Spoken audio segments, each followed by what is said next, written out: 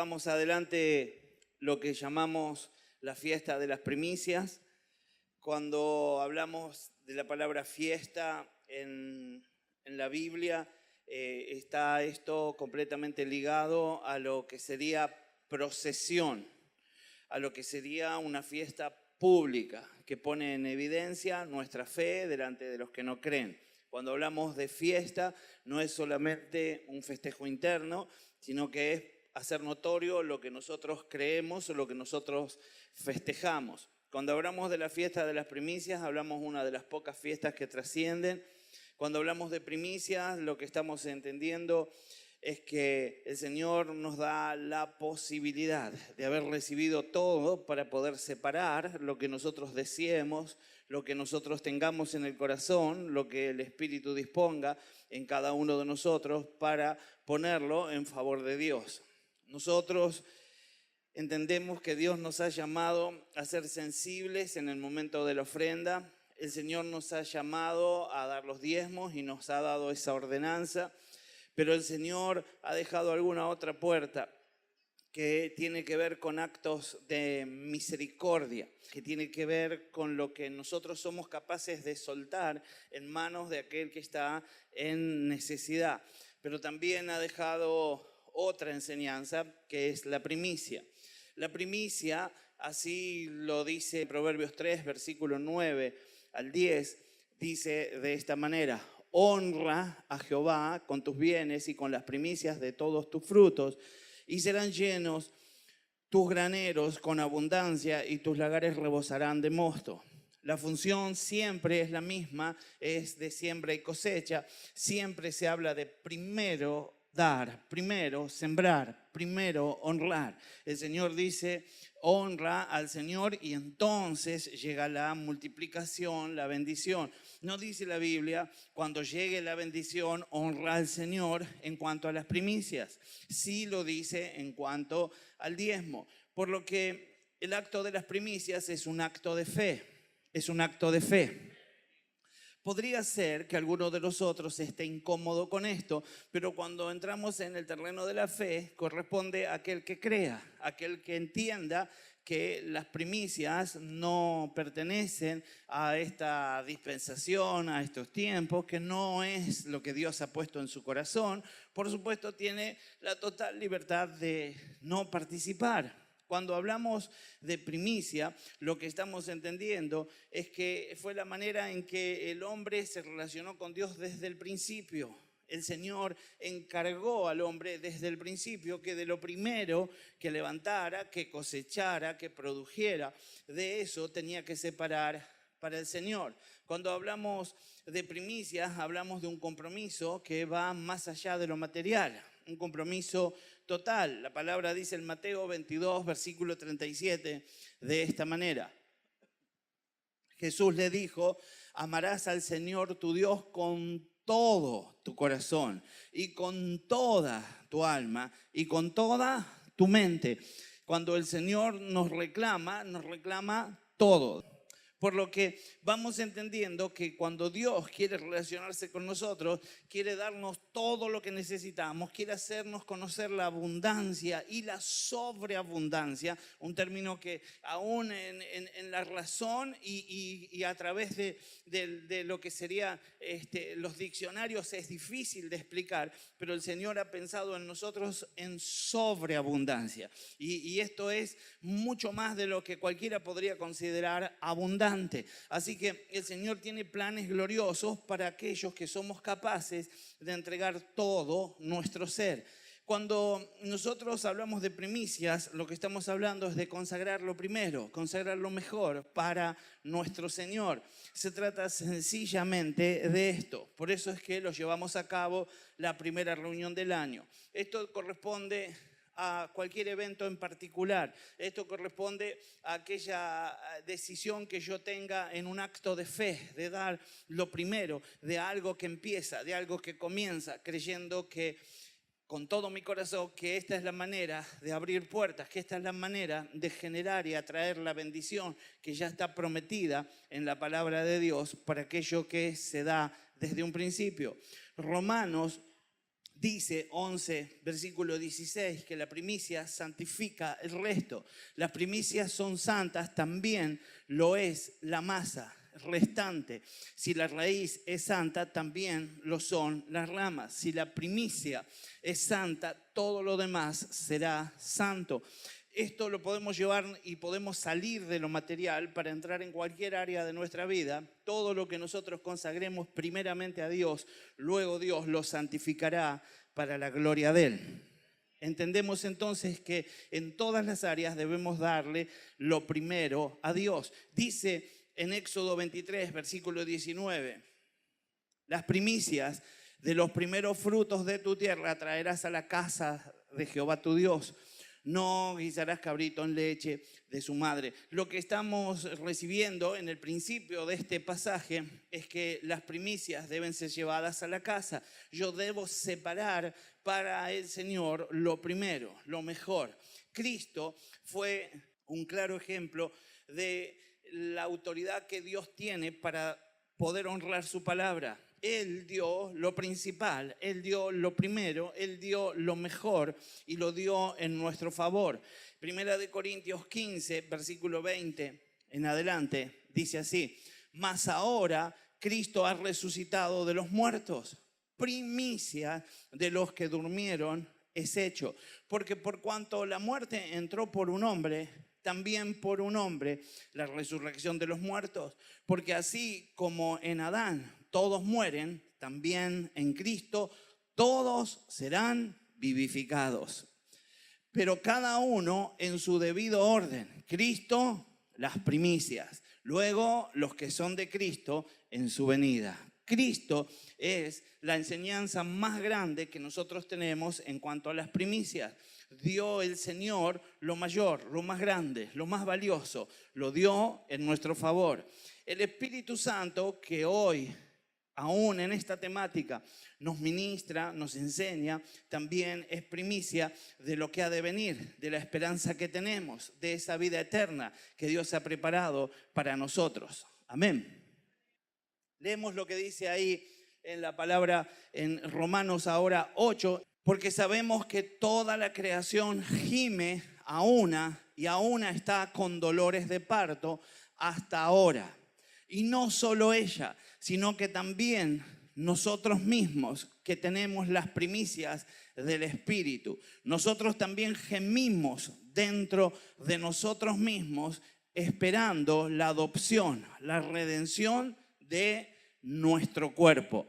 El Espíritu Santo es la primicia de lo que vamos a experimentar, de lo que vamos a vivir en la eternidad con nuestro Señor. Las experiencias espirituales que el Espíritu Santo de Dios permite que tengamos cada uno de nosotros cuando estamos en las reuniones, cuando estamos en lo personal, en la intimidad con Él, es simplemente la primicia de lo que vendrá y en eso nos gozamos.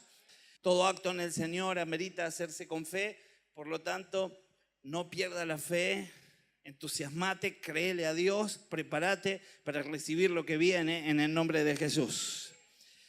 Cuando hablamos de primicias materiales, hablamos de simplemente la sensibilidad para manifestar lo que estamos creyendo en nuestro corazón, pero también podremos hablar y alcanzar las primicias a cada una de las áreas de nuestra vida. Tocamos un pasaje que hablaba de amar al Señor con todo nuestro ser. Y esto es un poco lo que estamos haciendo. Todo lo que tengo, todo lo que soy, todo lo que seré, tiene que ver con la gracia y con la voluntad de Dios. Y a eso me remito para decir que entonces con todo eso que Dios me ha dado, lo voy a adorar, lo voy a exaltar. Quiero hacer un breve comentario sobre el día que hoy llevamos adelante. Yo no quiero herir el corazón de ningún niño, pero de verdad es que hay mucha confusión con esto. Aún dentro de las iglesias muchas veces se habla de los reyes y de los reyes magos y con cierta inexactitud. Y sencillamente quiero meterme en este tema para encontrar algunas cuestiones que no corresponden a lo que la Biblia dice, pero al fin tomar una enseñanza de estos varones que el Señor permitió llegasen a adorar a nuestro Señor Jesús. Mateo 2, versículo 1 al 12, dice así la palabra. Cuando Jesús nació en Belén de Judea, en días del rey Herodes, vinieron del oriente a Jerusalén unos magos, diciendo: ¿dónde está el rey de los judíos que ha nacido? Porque su estrella hemos visto en el oriente y venimos a adorarle. Oyendo esto, el rey Herodes se turbó y toda Jerusalén con él. Y convocados todos los principales sacerdotes y los escribas del pueblo, les preguntó dónde había de nacer el Cristo. Ellos dijeron: en Belén de Judea, porque así está escrito por el profeta. Y tú, Belén, de la tierra de Judea, no eres la más pequeña entre los príncipes de Judá, porque de ti saldrá un guiador que apacentará a mi pueblo Israel. Entonces Herodes, llamando en secreto a los magos, indagó de ellos diligentemente el tiempo de la aparición de la estrella. Enviándolos a Belén, dijo: id allá y averiguad con diligencia acerca del niño, y cuando le halléis, hacédmelo saber, para que yo también vaya y le adore. Ellos, habiendo oído al rey, se fueron. He aquí la estrella que habían visto en el oriente iba delante de ellos hasta que llegando se detuvo sobre donde estaba el niño. Versículo 10. Al ver la estrella se regocijaron con muy grande gozo, y al entrar en la casa vieron al niño con su madre María, y postrándose lo adoraron. Y abriendo sus tesoros le ofrecieron presentes: oro, incienso y mirra. Pero siendo avisados por revelación en sueños que no volviesen a Herodes, regresaron a su tierra por otro camino. La pregunta sería si son magos o son sabios. La idea es que ellos llegan desde el oriente. Cuando ellos llegan desde el oriente, estamos pensando en el pasaje de Daniel que habla donde los magos y los sabios de aquel entonces no tenían respuesta, y Daniel sí la tuvo, y desde allí en adelante la posibilidad, esto no está escrito en la Biblia, la posibilidad de que haya quedado a través del pueblo de Dios que había sido cautivo, haya quedado este relato de que nacería el Salvador. Y aquellos sabios, aquellos magos así llamados, que podrían ser astrólogos y que podrían estar metidos en muchas y diversas disciplinas, sabiendo de cada una de las ciencias, para aportar en el momento de la búsqueda del nacimiento de este Rey de Reyes. Entonces, enfocados en esta historia que habían recibido en algún momento, cuando percibieron la señal, entonces comenzaron a andar hacia el lugar. Cuando ellos llegaron a ese lugar, se encontraron con Herodes, tetrarca, quien había hecho grandes obras, quien llevaba adelante un reinado que estaba, por supuesto, sujeto bajo el pie del Imperio Romano, pero que había hecho grandes obras, que había ampliado el templo de una gran manera, que había hecho un puerto en Tarso, que había hecho obras que otros no habían hecho, pero sin embargo se sintió amenazado por el nacimiento de este niño. Verdaderamente el nacimiento de este niño ha marcado la historia, ha separado la cuestión en antes de Cristo y después de Cristo. Este nacimiento fue el que generó la muerte de miles y miles de niños por decreto de este rey. Lo que entendemos que este nacimiento no fue un nacimiento singular y los reyes lo habían percibido. Quisiera yo comenzar tomando esta enseñanza y entender que el nacimiento de Jesucristo no es algo singular, no es algo común. Lo percibieron los reyes, lo percibió Herodes, lo percibió el mismo diablo, lo percibieron aquellos que lo rodearon, lo percibieron aquellos pastores que vinieron y se acercaron en tono de adoración. Y muchas veces, aún los que estamos en Cristo, perdemos la percepción de la importancia de que nos haya nacido un Salvador. Hemos hablado de un pasaje de primicias donde dice que la muerte entró por un hombre, pero también por un hombre, por Dios hecho hombre, también llegó la vida para nosotros. Y debemos conservar fresca esta idea. Debemos despertar y entender que este nacimiento es mucho más importante que una fiesta, que un pino, que unos adornos o que un brindis en tono familiar. Debemos entender que este nacimiento verdaderamente es el que nos dio acceso a la vida eterna en el nombre de Jesús. Así que vamos entendiendo que lo que estaba sucediendo allí era algo verdaderamente glorioso. Aquellos que quizás eran magos, quizás eran sabios, quizás eran astrólogos, sencillamente estaban en busca de una estrella que era milagrosa, una estrella que no tenía que ver con un evento cotidiano común, una estrella que guiaba hacia dónde estaba el Señor. Y ellos pusieron los ojos en esa estrella y siguieron hasta llegar hasta ese lugar. Quiero decir que los magos, no dice la Biblia, que venían exactamente del oriente. Se presume, y de acuerdo a las traducciones llegamos a ese entendimiento, que llegaron desde ese lugar. No dice la Biblia, discúlpame si te arruino algo, pero no se llamaban Melchor, Gaspar y Baltasar. No dice la Biblia que ellos eran reyes. Nosotros le pusimos reyes. Simplemente se cree que provenían de Babilonia. Se estima que por el costo de sus viajes debería y ameritaba seguramente que ellos tuvieran una posición, el sustento de una nación, algo importante para que pudieran llegar en ese viaje tan extenso. También la Biblia no dice que eran 3, posiblemente eran 17 o 24, se estiman que eran 3 por los regalos que se le dieron, y al ver que se entregaron 3 regalos se estima que eran 3, pero no dice eso la Biblia. Al fin, la idea, decirle que está al lado, no matemos tanto a los reyes.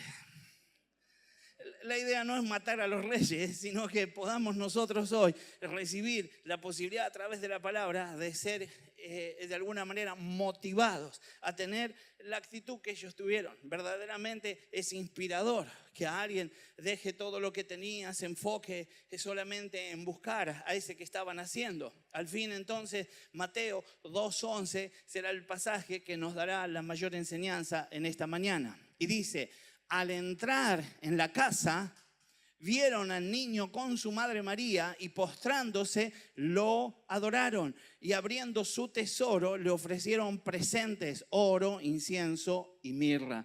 Cuando leemos este pasaje encontramos primeramente algo que ustedes hicieron hoy, y es esto sencillamente para la gloria de Dios, pero para bendición nuestra. Ustedes entraron en la casa de Dios. Ustedes un día accedieron a ser parte del cuerpo, recibieron a Jesús en su corazón, tienen la constancia de congregarse, tienen la constancia de ir al Señor. Todo aquel que va al Señor sale bendecido, sale bendecido. Lo que hicieron ellos no fue pasar por la casa, lo que hicieron ellos no fue pedir oración por Facebook, lo que hicieron ellos no fue decirle a un hermano, cuando vayas pedí por mí. Lo que ellos hicieron, fueron a la casa de Dios, fueron a la casa de Dios y entraron. Eso es lo que nos dice la palabra. Lo próximo que nos enseña la palabra es que cuando ellos fueron a la casa de Dios, no fueron de espectadores, no fueron y se pusieron a un costado, no se quedaron al lado, si usted quiere imaginarse el pesebre, porque tampoco esto es real.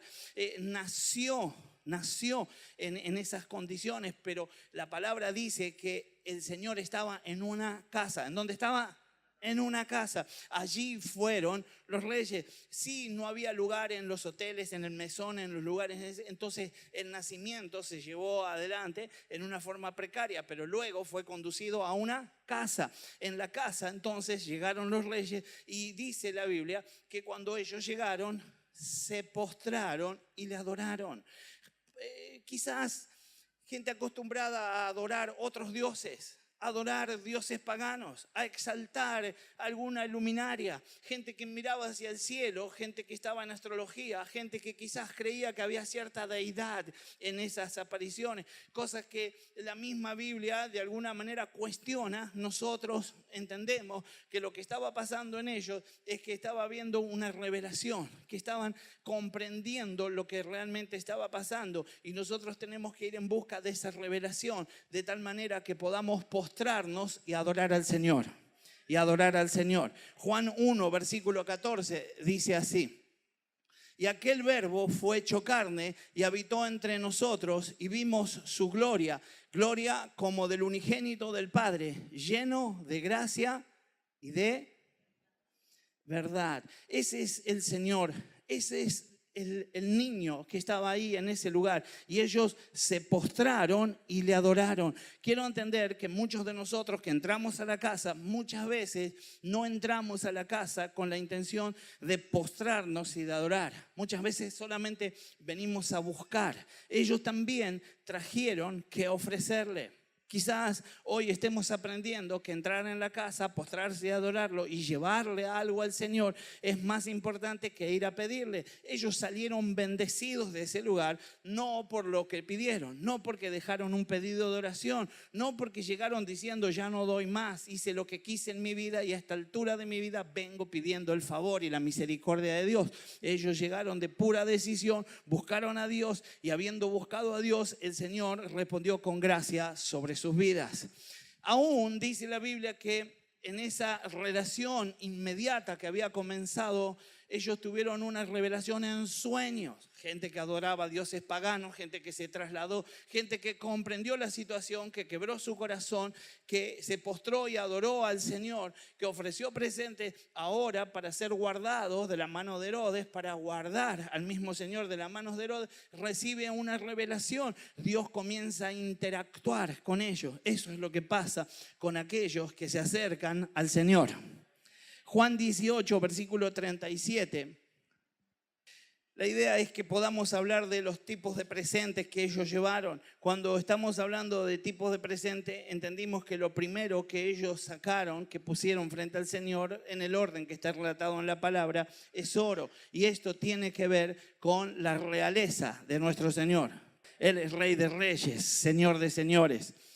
Le dijo entonces Pilato luego: ¿eres tú rey? Y respondió Jesús: tú dices que yo soy rey. Yo para esto he nacido. Cuando él nació para ser rey. Y para esto he venido al mundo, para dar testimonio a la verdad. Todo aquel que es de la verdad oye mi voz. 18, versículo 36, para que se entienda bien, dice así: respondió Jesús: mi reino no es de este mundo. Si mi reino fuera de este mundo, mis servidores pelearían para que yo no fuera entregado a los judíos, pero mi reino no es de aquí. Y el Señor revelando la altura y la espiritualidad que tenía su reino, y luego confiesa que Él es rey, que Él es rey. Colosenses 1, versículo 13 dice y agrega: el cual nos ha librado de la potestad de las tinieblas y trasladó al reino de su amado Hijo. Al reino de su amado Hijo. Es un reino que trasciende. Apocalipsis 19, versículo 11 al 16, describe un reino mesiánico que trasciende. Verdaderamente su reino es inconmovible. Luego ellos entregaron incienso. El oro tenía que ver con reconocer su realeza. Ahora estamos viendo que ellos entregan incienso. Eso es tipo de la autoridad de profeta que había en Jesús. Esto está de alguna manera relacionado y simboliza la oración. En el Antiguo Testamento, en el Salmo 141, versículo 2, para hablar de incienso, tipo de la oración, dice: suba mi oración delante de ti como el incienso, y el don de mis manos como la ofrenda de la tarde. Y ahora en el Nuevo Testamento, Apocalipsis 5, versículo 8, dice: y cuando hubo tomado el libro, los 4 seres vivientes y los 24 ancianos se postraron delante del Cordero, y todos tenían arpas y copas de oro llenas de incienso. Y lo explica, que son las oraciones de los santos. Lo que estamos entendiendo entonces es que había simbología en cada uno de estos regalos. Ahora aparece la última, y esta es la mirra, que es tipo del sacerdote intercesor. Primera de Timoteo 2, versículo 5, dice así: porque hay un solo Dios y un solo mediador entre Dios y los hombres, Jesucristo, hombre, aquel que había nacido en esa ocasión, aquel que los reyes habían ido a visitar y delante de quien se postraron. A él le entregaron mirra, que es tipo de los sufrimientos mesiánicos que iba a recibir. Juan 19, versículo 38 al 40. Después de todo esto, José de Arimatea, que era discípulo de Jesús, pero secretamente por miedo a los judíos, rogó a Pilato que le permitiese llevarse el cuerpo de Jesús, y Pilato se lo concedió. Entonces vino y se llevó el cuerpo de Jesús. Y también Nicodemo, el que antes había visitado a Jesús de noche, vino trayendo un compuesto de mirra y de aloe, como 100 libras. Lo que entendemos entonces es que la simbología de la mirra era el final del lado humano de nuestro Señor aquí en la tierra, pero el comienzo de algo glorioso para nosotros. Quizás podríamos simplemente quedarnos reflexionando sobre todo lo que leímos para tomar algunas enseñanzas. Lo primero que podemos aprender de los reyes es que supieron renunciar. Hubo renuncia en ellos. Lo dejaron todo para ir a conocer en profundidad a nuestro Salvador.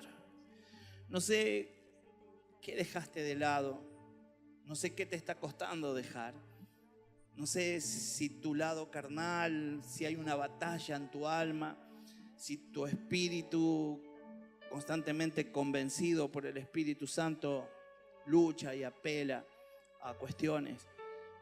Pero el Señor nos llama a renunciar.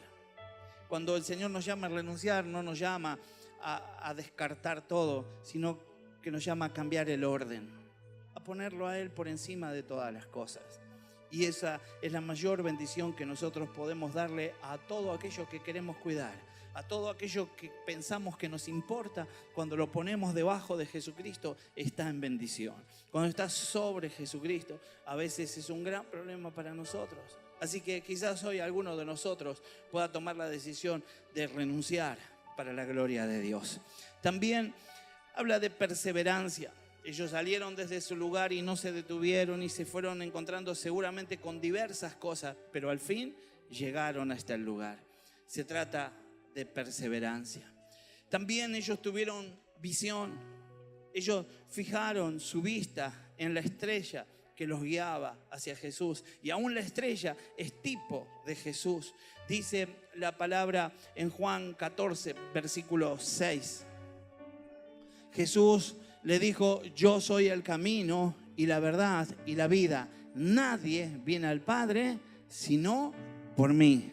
El próximo pasaje que leemos está en Hebreos 12, versículo 2, y dice: puestos los ojos en Jesús, el autor y consumador de la fe, el cual por el gozo puesto delante de él sufrió la cruz, menospreciando el oprobio, y se sentó a la diestra del trono de Dios. El Señor nos inspira y nos enseña, junto a la actitud de los reyes, a no decaer en la visión, a poder pedirle a Dios que nos muestre claramente, a poder tener la experiencia de las señales para seguir adelante. Lo próximo que nos enseña la palabra es a humillarnos delante de Él. Ellos llegaron y simplemente un bebé delante suyo, ellos llegaron a ese lugar, quebraron sus rodillas y comenzaron a adorarle. Lo próximo que aprendemos de ellos es la verdadera adoración. Una adoración que no pertenece a la adoración que fluye de aquel que está agradecido por lo que ha recibido. Aquel que adora en voz alta y exalta a Dios porque ha sido sanado. Aquel que exalta y adora al Señor porque se le abrieron puertas de trabajo. Aquel que oró para que el Señor le provea y le dio una casa, le dio un coche y ahora adora a Dios con todo su corazón.